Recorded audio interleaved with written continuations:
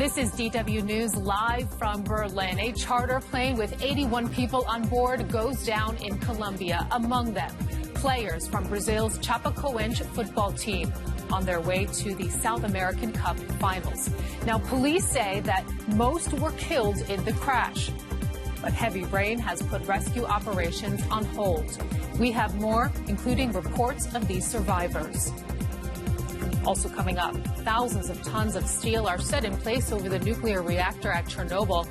Ukraine prepares to unveil a massive safety arch 30 years after the world's worst nuclear disaster. And a surprise move from South Korea's president. Park Geun-hye says that she is willing to step down amid an ongoing scandal, but the opposition say that she is just trying to save her own skin.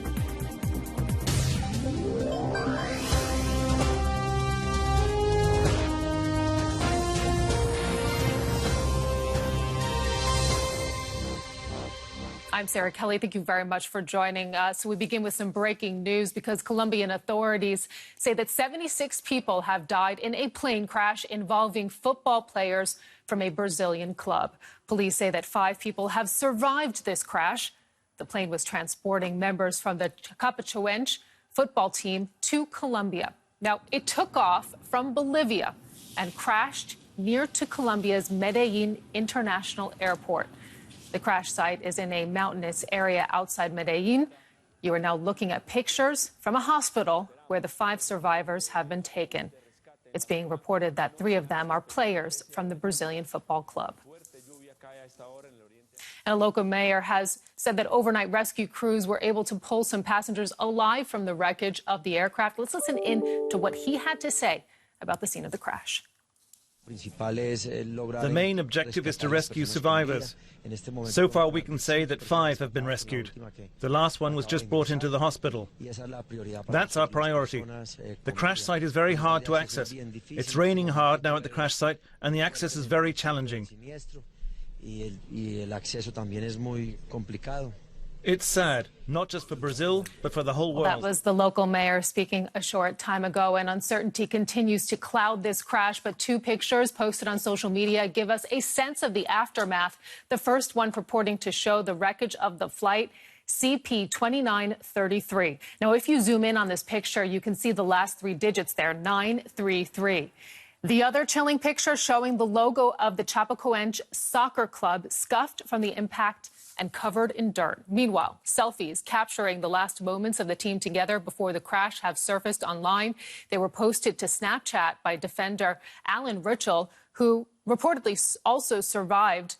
He's among the first survivors to have been recovered from the wreckage and is being treated in the hospital.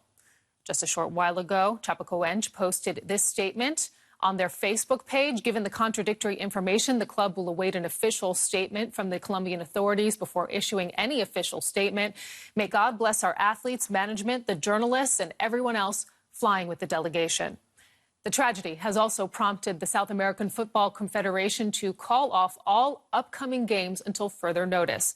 The Confederation said its president is on his way to Medellin and is in close contact with local authorities. Let's bring in Mark Meadows now from our sports desk. He is following the latest developments. He joins us now in the studio. So what more do we know, Mark, about this football team in particular? Well, they're an up-and-coming team. They might not be well known outside of South America, but they've done phenomenally well this season to get to the final of the Copa Sudamericana. For people who don't know, the Copa Sudamericana is the equivalent of the Europa League here in Europe. It's the second-tier competition in South America. But just a few years ago, they were a small club just playing in the state of Santa Catarina. They've been Santa Catarina champions a number of times, but they came back up to the top division of Brazilian football, Serie A, in 2014. They've really held their own in that division, and that's how they managed to qualify for the Copa Sudamericana. And, it's not going too far to say that Wednesday's match against Atlético Nacional in Medellin was the biggest match in the history of that club, and very sadly that game obviously will not now take place. So a Cinderella story that we now know has a very tragic ending here. What does this mean for Brazil? It'll be tough on them because, even though they're obviously big rivals in Brazilian football, once a Brazilian side gets to a final, and especially with it being a smaller club where other fans, don't really have anything much against them. I think most of Brazil would have been rooting for Chapecoense to do well in the first leg of this final on Wednesday. So it will hit them very hard. And, you know, they are the biggest club in Santa Catarina, so for the state itself, it's a huge tragedy as well. What has been the reaction from the South American football authorities? They're obviously very shocked. I mean, as we saw there from social media, the game has been basically called off, and all South American football matches for the foreseeable future are off. Any football-related events are off as a mark of respect. The CONMEBOL, the organisation that organises South American football, they've said that the president is going there to meddle in to see what he can do, how he can help. He just wants to be there as soon as possible, basically, to be with the football players. There's some new footage that has been circulating online, and that is of the team as they were ready to embark on the plane in Brazil. What more do we know about how they were preparing? As I say, it was the biggest game of their careers. I mean, they did really well to beat San Lorenzo, a very, very big Argentinian side last week. Quite a shock result to win that one. So they would have been so excited. This was the pinnacle of many of their careers, because most of the players are young players. They're not international players. I couldn't find one that has played for Brazil. There is one player who's actually linked to Germany, who has been on the books of Hoffenheim. A player called Bitico, who's back in Brazil now. So, yeah, it was such a massive, massive game, and you can see on those pictures how excited the players were to be going to this game. It just makes it feel so much more tragic. And just to recap for our viewers, you have just been seeing some images of this Chapecoense, football team as they were about to embark on a plane. They were heading for Colombia. We now know from authorities that 76 people have died in that crash. There are 5 survivors. Mark Meadows, thank you very much for your analysis. Let's turn to some other news now, because the contaminated reactor at the Chernobyl nuclear power plant in Ukraine is about to be enclosed for a second time. The new safety dome will be unveiled today. Now, it is the largest movable metal structure of all time. 36,000 tons of steel will slide on specially made tracks over the destroyed reactor. It's taken almost 10 years for this safety shield to be built, and the €2 billion price tag has been covered mainly by the G7 countries. The explosion 30 years ago released a radioactive cloud over parts of Europe. It led to the region around the plant being evacuated. Later, a sarcophagus was built over the reactor to try to prevent any more fallout. South Korea's embattled President Park Geun-hye has said that she will resign her post once Parliament comes up with a plan for the safe transfer of power. She made the surprise announcement amid claims that she colluded with a friend who wielded government power from the shadows. But her main opposition has rejected Park's offer to step down, calling it a ploy to escape being impeached. The scandal has put Park under mounting pressure to step down following massive protests. We're joined now by Jen Moon from DNL TV. She joins us from Seoul this afternoon. Thank you very much for being with us. Now, this was an unexpected turnaround by Korean President Park Geun-hye. What was behind it? Well, sir, pressure have been mounting on the president from the Korean public, who've been taking to the streets in large numbers for 5 straight Saturdays, demanding that she step down over the abuse of power scandal. Now, opposition lawmakers have also been vowing to put an impeachment motion up for a full assembly vote this Friday and no later than next Friday. But what could have also played a role in today's speech is a proposal by her loyal allies within her own party, who suggested that she step down with an honorable retreat, that meaning that a gradual stepping down process volunteered by herself. Now, do we know how soon the transfer of power could take place and who could take her place, in fact?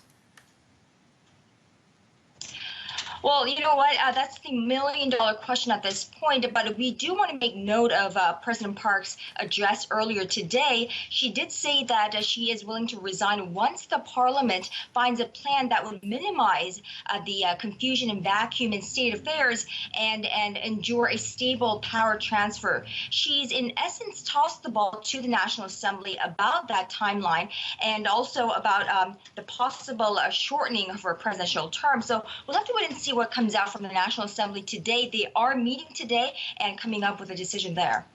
And what has been the reaction to the announcement? Well, like we said, many of us had been expecting some kind of address from the president this week, but today's national address was definitely caught us off guard. So the Korean public seems to be still trying to.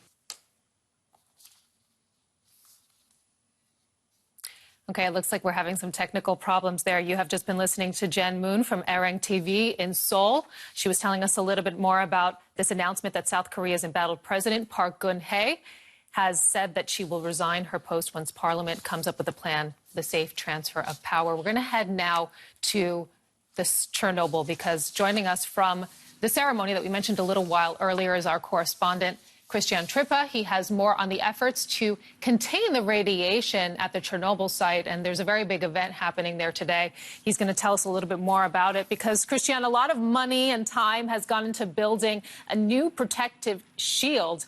10 years and 2 billion euros later, is the radiation problem solved? No, it's not solved, but this huge structure you see right behind me allows technicians and engineers to tackle it and to work on it. This secure confinement is completely sealed off to nature, and within now the dismantling of the old destroyed reactor number 4 can start, and there are an estimated 180 tons of highly radioactive uranium-238 still inside the reactor. They need to be stored, they need to be brought somewhere. Right now here it's a large construction site, and people are building storage facilities to safeguard the debris of this reactor, and all this is possible because of the construction, because of the accomplishment of the construction of the new secure confinement. Now, this isn't the only thing happening in the country. Ukraine itself is facing a host of challenges on multiple fronts, including unresolved tensions with Russia, a tanking economy, massive corruption. Is the government up to the challenge of maintaining this new protective shield? Well, the Ukrainian government is already sending very discreet signals to the international community, to donor countries, to the G7, that it needs money to operate this facility here. It will last some 70 to 80 years to dismantle the old reactor, and Ukraine for sure will not be able to pay for it. That's why I'm quite sure that we see some more international engagement here. Okay, so definitely some challenges ahead there. We want to thank you very much for your reporting, Christian Trippa, joining us from Ukraine. In other news, Thailand is getting ready to name its new king. The parliament has officially invited the controversial crown prince, Maha Vajiralongkorn, to take up the throne. Now, he will be taking over the role after his much-loved father died in October. He had ruled Thailand for 70 years. The prince is a divisive figure. He has a reputation as a playboy with little interest in state affairs, but the invitation to become king is likely to raise some concerns that his succession might not go as planned. Crown Prince Vajiralongkorn, age 64, had requested a waiting period after his father's death. He said he needed time to mourn the late and much beloved king. The Crown Prince is a controversial figure in the politically polarized country. Nevertheless, the President of the National Assembly said he would invite Vajiralongkorn to take the throne. After the announcement, the Assembly rose to say, "Long live the King." King Bhumipal Adulyadej was seen as a strong, calm, and uniting force in the brutal world of the Thai military government. His son, in contrast, is better known for his playboy lifestyle and choosing to spend most of his time abroad. It would be unfair for the Thai people to judge his successor based on the present king's standards. It would not only be unfair, it would be wrong. If he ascends the throne, the new king will be protected by strict laws that prevent any criticism of the royal family. One expert, speaking anonymously, said some expect the prince to remain a distant figure, with his sisters doing most of the monarch's actual work. After the late king's 7-decade reign, his son will have his father's legacy to live up to. You're watching GW News. We have to take a short break, but when we come back, more on our top story. 76 people confirmed dead in a plane crash in Colombia Don't go away. We are back in a minute.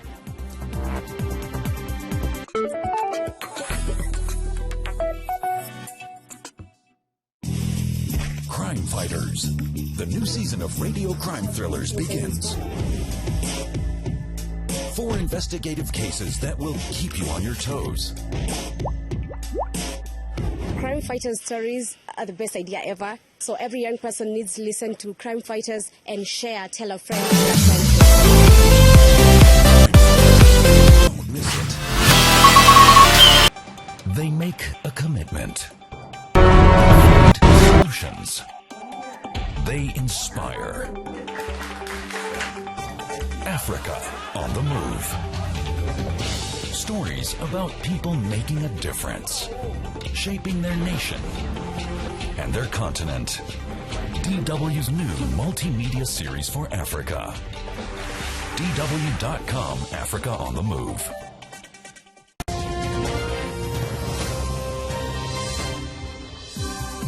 Welcome back. A quick reminder of our top story. Colombian authorities say that 76 people have died in a plane crash involving football players from a Brazilian club. Police say that 5 people have survived this crash. The plane was transporting members from the Chapecoense football team to Colombia. Now, it took off from Bolivia and crashed near Colombia's Medellin International Airport. The crash site is in a mountainous area outside of Medellin. You are now looking at pictures from a hospital where the 5 survivors have been taken. It's been reported that 3 of them are players from the football club. Let's bring in now Mark Meadows from our sports desk. He rejoins us in the studio to remind us a little bit more about this team. So, you know, this was supposed to be a momentous occasion for them the next couple of days. Taken a very tragic turn here. What more do we know about what was ahead? It was the biggest game that Chapecoense has ever played. It was a Sudamericana Copa first leg final against Atlético Nacional, a very big side in Colombia. The Colombian side were probably the favourites. Chapecoense undoubtedly the underdogs, despite coming from a football mad country like Brazil, and they've done amazingly well to get to that final. I mean, the size of club is big for the state it's in, Santa Catarina, but it's not big in Brazilian terms and not big in South American terms. So for them to get to such a prestigious final was an amazing achievement. I mean, to compare the Copa Sudamericana, for those who don't know, in Europe we have the Europa League, which is like the second tier league in Europe for trans-European football, and that is what the Sudamericana Copa is in South America. So yeah, it was a mightily big game, and very sadly that game will now not take place. And this is not the first major airline disaster to impact a football team. Indeed. I mean, there's been many down the years. Some of the most famous, we'd probably say that the Munich air disaster in 1958 involving the Manchester United team, the famous Busby Babes team. Matt Busby, the coach, managed to survive that crash, as did Bobby Charlton, one of the most famous English footballers ever. Very sadly, many young Manchester United players died in that crash, including Duncan Edwards, who could have been one of the greatest footballers we've ever seen if he'd survived. And there's been other crashes. Obviously, the Zambia national football team died in a plane crash in 1993. Almost every member of the team was on that flight. And in South America, we've had big crashes before. Alianza Lima, a Peruvian team, top Peruvian team, they had a plane crash in 1987. And also the film Alive, you might remember, came out in the 90s. That was actually a story about a Uruguayan rugby team who crashed in the Andes and managed to survive for several weeks before they were found. So, yeah, these things do happen from time to time. Incredible stories, many of them with tragic endings, unfortunately. Mark Meadows from our sports desk, thank you very much for telling us a little bit more. Well, we're going to have a change of pace now, and it is time for some business news. Christoph Kober is here, and he has more on Lufthansa planes, which are grounded yet again. Hi, Christoph. Sarah, it is day 5 of the current strike of Lufthansa pilots. The airline had to cancel 800 short-haul connections on Tuesday, affecting about 80,000 passengers. On Wednesday, another roughly 900 flights will be scrapped. Lufthansa management and the pilots' union have been locked in a dispute over pay and working conditions for the past couple of years. On Monday, a Munich court rejected the airline's bid to prevent new walkouts. Now, for the latest, let's bring in our correspondents, Lars Halter at Berlin's Tegel Airport and Janelle Dumoulin standing by at the Frankfurt Stock Exchange. Lars, let me start with you. Give us the latest on where you are. Well, as you can see, Christoph, it's quite quiet behind me here. There's not much going on at the Tegel check-in here for Lufthansa. That is because 28 out of 32 flights today were canceled, and most people, of course, know about it. This is day 5 of this pilot strike, and nobody expects any surprise passengers to be coming in anymore today because everybody has pretty much made different arrangements by now. And looking at how long this dispute has been going on, is there any insight on how it may be resolved?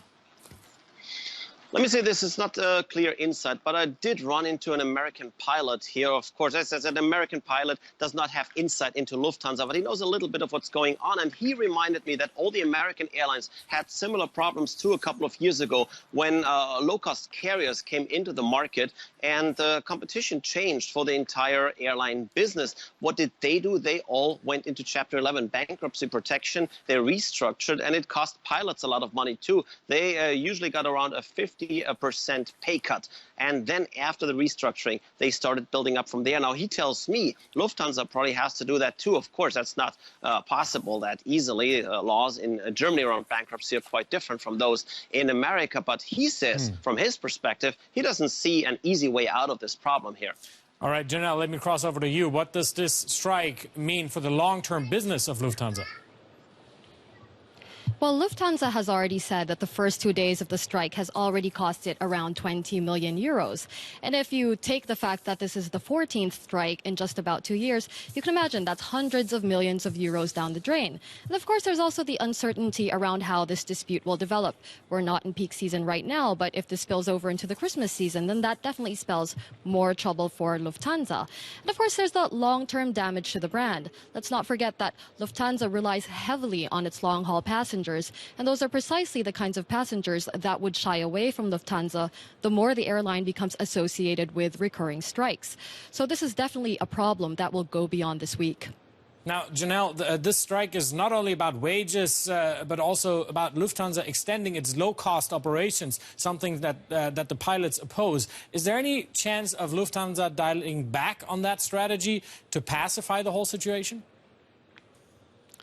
No, Christoph, I would say that's very unlikely. Let's not forget, Lufthansa's strategy is there in order to help it keep pace with industry-wide trends that it can't possibly hold off. So the European aviation industry is faced with a diverse set of challenges, like competition from cheaper Middle Eastern rivals, from budget airlines like Ryanair, like EasyJet. And of course, ticket prices have also been depressed by oversupply and by security concerns that travelers have. So definitely, Lufthansa does have to control its costs, and it's unlikely to drop the measures that they think would allow them to do just that. And Lars, let me come back to you. Do you see any sympathy or understanding among travelers towards the pilots? Well, there's not too many people emotionally involved today because most are not even showing up for their canceled flights. But generally, the few people that you can talk to about it, of course, they're not very sympathetic. If they understand by now that the average pilot makes about 120,000 euro a year, so they are among the top earners anyway. So a lot of people are asking, is that reasonable what they're doing? Also considering, of course, what's going on in the airline business in general. Lars Harter at Berlin Tegel Airport and Janelle Dumoulin standing by at the Frankfurt Stock Exchange. Thanks to both of you. Now it's less than a month until Christmas, so the holiday shopping season is in full swing with department stores and online shops trying to woo customers. On Cyber Monday, the day online retailers offer massive discounts on potential Christmas gifts, U.S. consumers spent almost $3.4 billion, which was even more than they spent on Black Friday, the day traditionally kicking off the holiday shopping season. For millions of Americans who don't have the stomach for scenes like these, their bargain hunting day has arrived. Cyber Monday, traditionally the biggest shopping day of the year when it comes to online sales. Of the 3 main shopping days over this holiday weekend, that's Thanksgiving, Black Friday, and Cyber Monday, Cyber Monday has been growing the fastest of all 3 of those. Perhaps not surprisingly, discounts on everything from TVs to toys brought out hordes of shoppers across the US on Black Friday, and some shoppers took bargain hunting to the extreme. Walmart was crazy busy and people were trying to punch people in the face. But it's Cyber Monday that's still packing the biggest punch in terms of a single online shopping day. For now, at least. Deals stretched out over the holiday weekend mean other days are catching up. Internet sales this Black Friday topped the $3 billion mark for the first time ever. Cyber Monday beat that. And that's all your business for the moment. Back to Sarah and the fastest man on the planet. Exactly. And check out this film about him, because a film about the iconic athlete Usain Bolt called I Am Bolt has been released around the world. The Jamaican's career has been packed full of gold medals and world records, but this documentary takes a look behind the scenes.